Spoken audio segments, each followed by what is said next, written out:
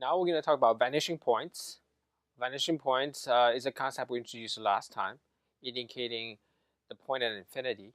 Here's a cartoon illustrating the danger of driving on a highway that has no vanishing points. So vanishing points are a concept that we can measure in the image.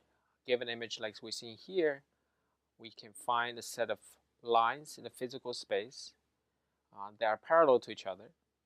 Here we find many of the yellow marked lines, which are on the ground plane, and as well as in the building. And those set of lines are parallel to each other in physical space, and they physically intersect at a point in infinity, but virtually in the image in front of us, they are going to intersect at the physical point that we can measure in the image. We can do that by trace those lines by hand and see where they intersect. There's also a concept we will see later called a horizon. This is marked in green. And yet later we will see the concept of vertical vanishing points. And here we see a set of lines which are perpendicular to the horizon, and that's marked in red, that's going up and down. We'll come back to this concept later. Here's another image. In the Renaissance, is prized how good you are as an artist by how well you can paint the picture that preserve the perspective, the view of the scene. And here we see again a set of lines in the physical space which are traced back to a single point. And that's the point called the vanishing point of those set of lines. Here's another scene that's on campus at the University of Pennsylvania. And this is the building we work at it. Like the two pictures before, we really don't see the horizon physically, but we can still measure the horizons as well as the vanishing points. So we have two sets of points here. One set of points are marked red. This is we are marked on the ground plane. Follow the bricks that we see, and those are two sets of bricks. They're laid out in parallel, and we mark those in the image, and we trace them physically in the picture until they intersect at a point. And this is the point at infinity associated with this set of lines on the red, marked in red on the ground plane. We'll do that again, find another set of physical line on the ground plane. This time we found this blue lines marked as blue. Again, those are tiles on the ground that form parallel lines, and we trace those images of those tile border lines and mark them as blue. And this time when we trace them, they don't intersect in the picture itself, but they intersect nonetheless somewhere just outside the picture, and the intersection point is marked, and this is the vanishing point associated with those blue lines on the ground. What we can do is then connecting those two vanishing points, and this is what we marked as a horizon. A horizon is what we called the plane on the ground. If we were receding to infinity, if there's no building behind us, we can see the whole earth right in front of us. Those is where the ground plane will intersect at infinity. So through this process, we can go out, we can take many pictures, try to carefully find those lines which are parallel to each other in the physical space, mark them in the picture, and we start finding vanishing points and vanishing lines. Before we go on, we want to point it out that not all pictures should have the same vanishing points. In fact, if you look at the cartoons, this is an interesting cartoon drawn by a Korean artist. He purposely drew the picture so that there are many different vanishing points. And this is very interesting because he certainly is a good artist. He knows how to draw a picture with one vanishing point. But he created this illusion of a space by creating multiple vanishing points. One corresponds to your left eye, one corresponds to the right eye. This is a very interesting artistic creations. I just want to point out to you that not all pictures should have the same vanishing point for artistic illustration purpose. Speaking of art, here's a picture. Speaking of art, we have a picture in front of us illustrating how an artist drawn a picture of a three-dimensional object. There's a screen in front of him illustrating what he sees, and there's a physical object behind the screen illustrating the object in the 3D world. And then what we see here is he pointing finger out in two different directions. He's pointing at one vanishing point at the left and one vanishing point at the right.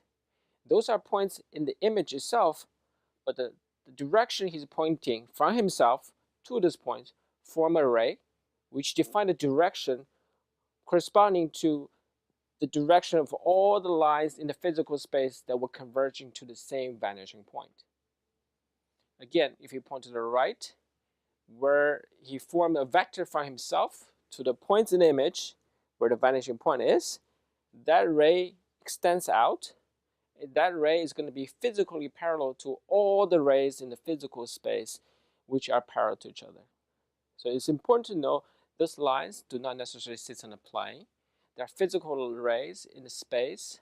They're distinct from each other, but yet they are going to be pointing in the same direction.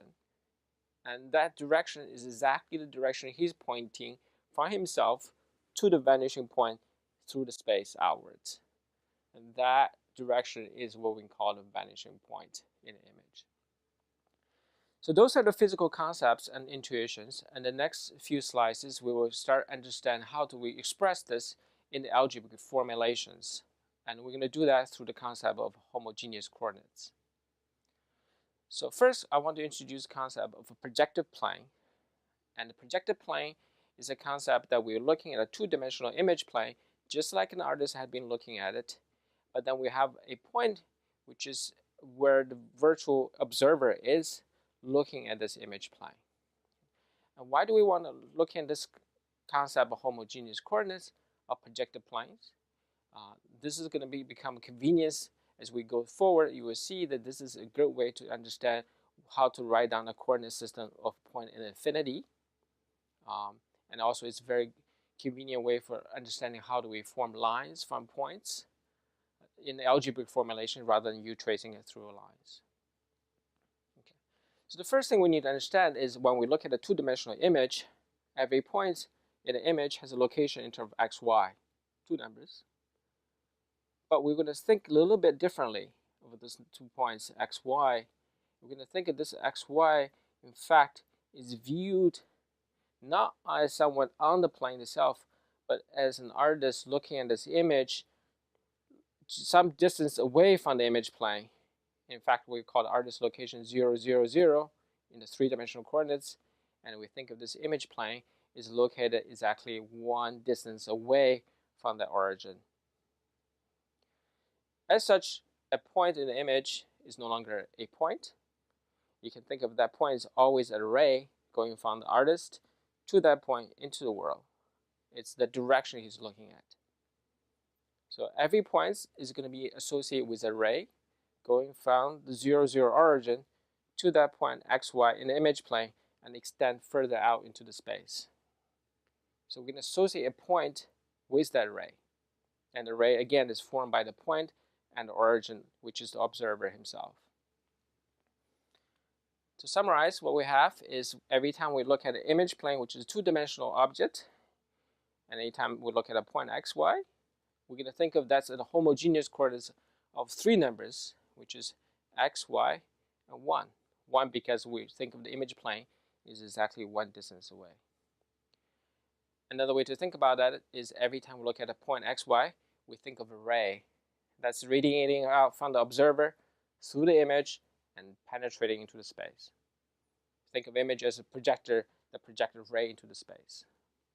So every point is associated with a ray. As such, that any three numbers x, y, z is the same as another point x, y, z if they're just a scale factor of each other. And commonly we normalize the third elements to be 1 for a canonicalization. So that's 4 points. How do we think about lines? If I have an image in front of you, there's a line in front of you, how do I represent this line in the same fashion? The way we're going to think of that is, again, is not just looking at the line in the image. We're going to think of the formation of that line with observer at one distance away from the image plane. And what does that form? We see that in this case, this line you can think of is formed by a set of rays radiating out from the observer going along the line. And this is a set of rays all has a coordinate system written down as we saw before, x, y, z. And this set of x, y, z satisfy the property that a times x plus b times y plus c times z equal to 0. Or if you write down in terms of linear algebra, we have the vector of a, b, c dot with x, y, z equal to 0. So this is our concept of a line in the space in the homogeneous coordinate. And what does ABC mean exactly? Some of you might ask. This picture shows the relationship ABC with this line. If you look at this set of rays forming, radiating out from the origin, passing through the line, forms a plane. As we think about the lines going, points is going out from the origin to the space, and this set of rays are going to scan through the lines, again like a projector. And when we scan through these lines, this set of rays forms a plane. And this plane, in fact, has a surface normal, orientating exactly what's shown here, ABC. And ABC that we defined in the previous slide, in fact, is nothing but the surface normal corresponding to the three-dimensional vector radiating out from the origin and perpendicular to a set of the rays formed by the line and origin itself. So no longer we think those ABC are mysterious elements. They are geometrical entities representing exactly the surface normal of those set of planes.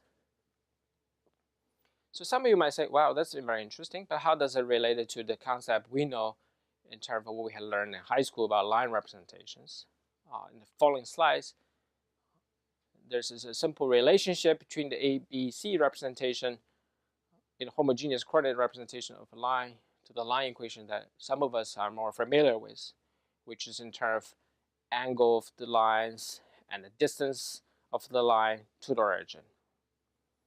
So we can think of that line equation are typically represented in the following fashion, where we have rho equals to x times cosine theta plus y times sine theta, where theta itself is representing the direction or normal direction to the line.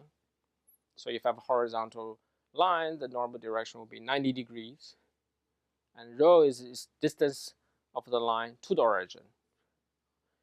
And the equation here shows how A, B, and C is really related to the concept of rho, which is distance to the origin, and the theta, which is just normal to the line, oriented to the line surface normal, line normal. So you can see the cosine of theta is related to A, and sine of theta is related to the B, and rho has something to do with the C elements. So A, B, and C we saw before was a surface normal in a three-dimensional plane, but again, those A, B, C are related to the geometrical concept that we see on a 2D plane. In the following slides, we will go through some exercise illustrating those points. Here we have a building in front of us, and we see a picture of the facade, and we measure one set of lines on this facade, and we measure this line to have an orientation of 0.3 times pi in the normal direction to the line. So the line is in this direction, and normal is perpendicular to it. And this line formed with horizontal axis with 0.3 times pi. That's the angle of this line. And further, we measure the distance to the origin as illustrated. And the next, we have another set of lines. Those lines are in fact parallel to each other. But again, in the image, they do not appear parallel. Again, we can figure out the normal direction of this line to the origin, which is this direction. And we look at the angle from the x-axis to this normal vector. That gave me the line orientation. And we can measure the distance to this. We can convert those orientation at a distance to the form of A and B and C, which is illustrated here in the slide.